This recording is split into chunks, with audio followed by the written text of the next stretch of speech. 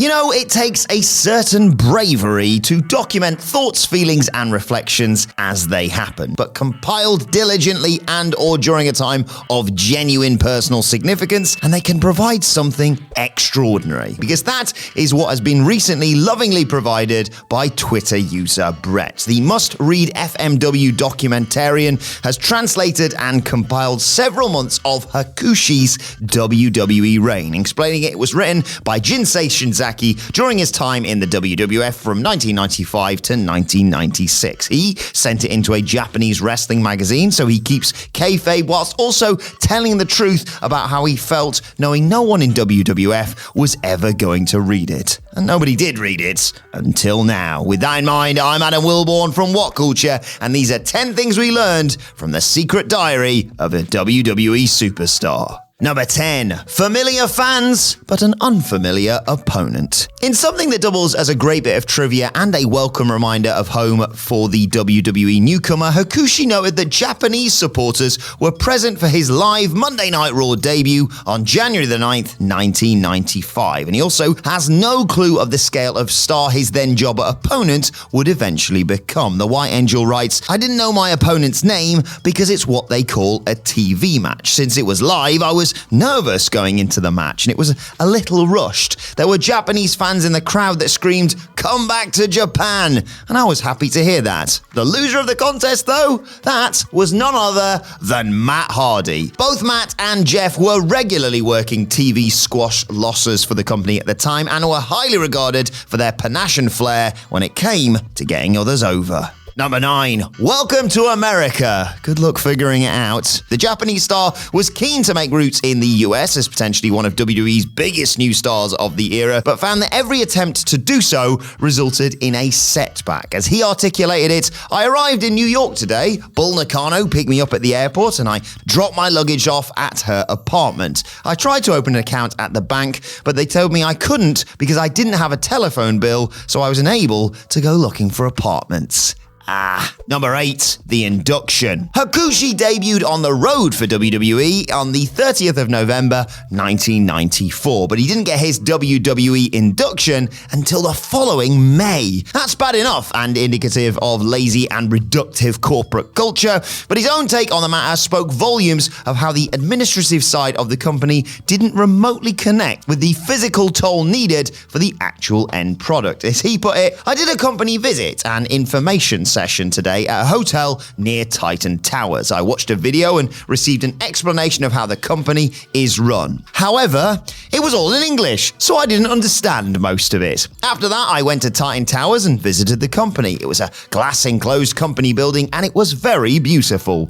There was also a gym in the basement which is very well equipped. Afterwards, I took a train back to New York and my neck and chest hurt so bad that I can barely move." Number 7. A taste of extreme and things to come. Weather conditions wrote off some of Hakushi's plans in February of 1995, but he noted down what sounded like a transformative experience getting to catch the transcendent and white-hot ECW in his downtime. He said, "I woke up in the morning and it was heavily snowing, so it was impossible to fly to Hartford. Ms. Nakano called me from the Boston airport and told me that today's show has been cancelled. Mr. Saito called me to tell me that tomorrow's show has been cancelled also, and so I thought I had to do something during my time off. I was invited to an ECW show by Mr. Osumaru Nishimura. I took 2 hours to get to Philadelphia, which is the setting of Rocky, and I got to see Sabu, Pegasus Kid, and Cactus Jack there. Sabu was taken off on a stretcher during the show.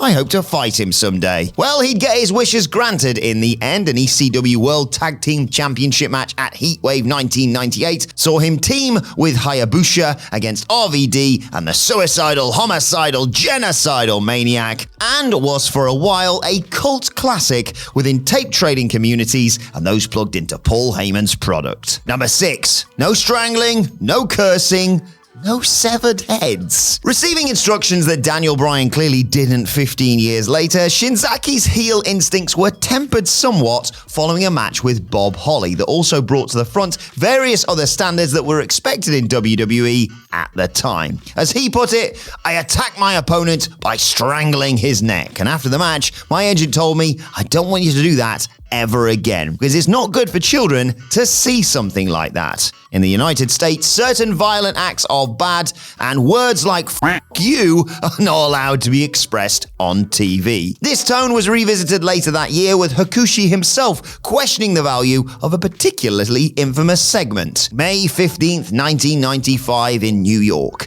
Today, Bret's severed head was put out in the ring for the first time. Perhaps it was bad to bring it out, as the audience reacted poorly. Don't blame him. Number 5. WrestleMania 11 Reflections. There is an incredibly sweet side to Jinsei Shinzaki's entries, particularly considering how he attempted to protect kayfabe in reporting back his American adventure. But there's an incredibly dry, humorous side that creeps out as a result of the light tone. He writes, "Today is WrestleMania 11. There was a morning breakfast party with Undertaker, Paul Bearer, Doink, Adam Bomb, Akio Saito, and Bull Nakano. The sight of all these wrestlers eating quietly is just like the Addams family. No match today, although I was hoping I could barge into Bret's match. The show today was very bad until the main event. The match was good and LT had star quality. Bigelow apparently made $1 million for the match. I was amazed when I heard that. Bigelow was overjoyed with tears in his eyes when he realized he became the most famous wrestler in the world today. Tell him when he's telling lies." Number 4. Bam Bam Bigelow's sleeping tablets. 2 back-to-back stories from a Germany tour bring some humor and light relief to what otherwise sounds like a rather difficult time for the Japanese star. As he put it, April 18th, 1995 in Dusseldorf, Germany, around 7 a.m. I woke up and was sick to my stomach. I felt nauseous and couldn't stop vomiting. I am cold and I feel horrible. I could only eat fruit during the day. I had a match with the 1-2-3 Kid and I was out of breath right away. My legs also hurt during it. This all seems to be from the milk I bought yesterday. I got back from the show and took some sleeping pills that Bam Bam Bigelow gave me to get a good night's sleep. I woke up in the morning and my whole body was sluggish. I could barely walk and I had a match against Kid, and despite my condition, it was the best match I've ever had. After the match, Bigelow told me you can only take half of yesterday's medicine. Certain supplements were particularly popular with wrestlers around this time, and it feels as though the medicine may well have been something else. Number 3. The grind. It's a tale as old as time and one shared by every wrestler that braved Vince McMahon's killer calendar.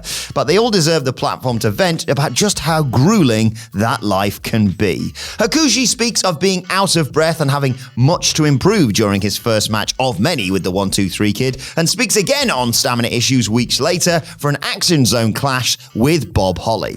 Interestingly, he notes that his anxiety from traveling across the world, as well as familiar new job nerves, had just as potent an impact on his experiences in his earliest days. As the months pass, so do some of these emotions, but in an age long before regular conversations about mental health, Shinzaki was spotting patterns between body and brain. Number 2. Dream Team with Yokozuna, but a cool Take 4 home video 6-man gifted Jinsei Shinzaki the chance to live out a dream, and perhaps not the one you'd expect. He says, "I teamed up with Yokozuna and Owen Hart and faced off against Bret Hart and others. It was a dream to get to team with Yoko. It's my first time in a 6-man, so I'm a little worried about what to do, but Yoko and Owen gave me instructions on what I needed to do, and it went more smoothly than expected." The former WWE champion had obviously made a big impression on Shinzaki, and him following a guide laid out by his Camp Cornette partners is yet more really rather sweet integration into the WWF life. Number 1. Reflections on Bret Hart. Hakushi spent much of his first full year working against Bret Hart and the 1-2-3 Kid, presumably to help him find his best fitting style in WWE, as well as give agents and other decision makers the clearest possible vision of what they had in the White Angel. Jinsei Shinzaki's takes on the Kid often relate to what he felt were his own physical failings, trying to keep up with prime-era Sean Waltman. But he's eventually kinder to himself in reviews of his matches with the Hitman, as well he should be. At various points, he says he's just trying to keep up with Hart and that he's a class above me, in reference to a tag match alongside Jeff Jarrett against Hart and Razor Ramon. He also generously notes, "I hope to be at a level of 3 of those guys one day." In a pleasing payoff to his own anxieties, he goes on to call their In Your House clash his best match ever. And you know what? He's not wrong. And that is our list. Did we miss any out? Let us know in the comment section below. And don't forget to like, share, and subscribe. And subscribe to What Culture Wrestling, wherever you get your podcasts from, for daily wrestling podcasts. Plus, you can let us know your thoughts on Twitter at WhatCultureWWE. And you can find me on there at Adam Wilborn. Thanks once again to the brilliant Twitter user Brett for bringing this all together. Thank you for watching, and we will see you soon.